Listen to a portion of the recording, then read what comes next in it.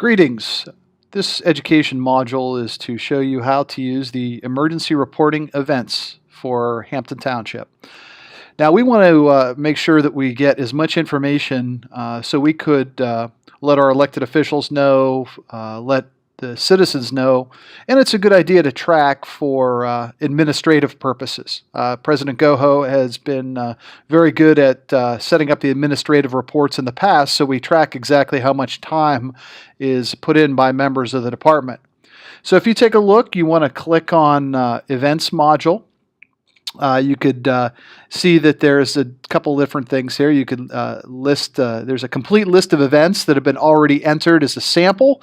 I put in the board meeting and the monthly meeting, and it looks like somebody already put in the community service workers. Maybe Steve did that. And we'll go back to the events main page. So there's a complete list of events.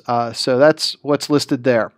So event list by category. We would click on that and we would have different categories here. Okay, for example, if you have an apparatus committee meeting, the Citizens Fire Academy, community service workers, like a fire police standby, if the fire police were standing by, if we had a fire prevention event, that's something that is, that our department does a ton of. If we had, if the guys were doing maintenance, the fire company meeting, Operation Ho-Ho.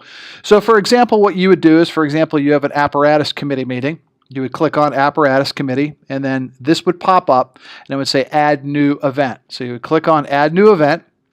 You would have a couple of different criteria right here, basically the event date, and you could put that in, and I'll put a sample of 1/13/2017. Okay, event type, it's apparatus meeting, board meeting. You put in a committee meeting because it's an apparatus committee. Okay, committee meeting. Event name, it could be new engine new engine discussion, new engine, and say you were there for 2 hours discussing it. And location, you could put Good Hope Station or Sporting Hill Station, or wherever that would be. And basically, you would go down and click our members. So who would be involved in that? Obviously, when this is set up, this is listing every member that is in the system, even if they are active or inactive. Okay.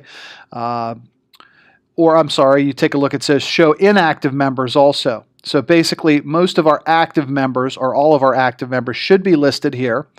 Then if there's some people that show up that are inactive, you could click on that. So you would go down through and click the members who would be attending this meeting.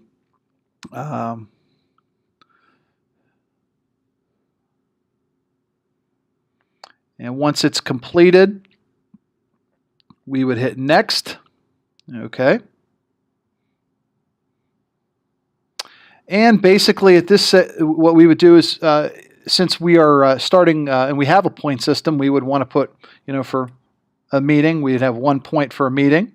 And then because we don't get paid, and if we did get paid, we would put in our default time and hours, who would get paid. We would put 0 in there. And you would click next. And then you would enter your password to save it. Okay, you would enter the password, and if there's any narrative about what was discussed at the meeting, and that meeting has been authorized, okay, and it is an apparatus committee. So if we go back to complete list of events, apparatus committee meeting was listed there, 5 people attending, 2 hours. And because I'm set up as an administrator, I can unlock it. But most other members who did it, you cannot unlock it. There's just a few of us that are administrators, but it's actually pretty simple. Okay. So if you have any questions, please let us know, and we'd be happy to answer those. Again, it's real important for the department to start tracking these events. So with that, that's the end of this training session.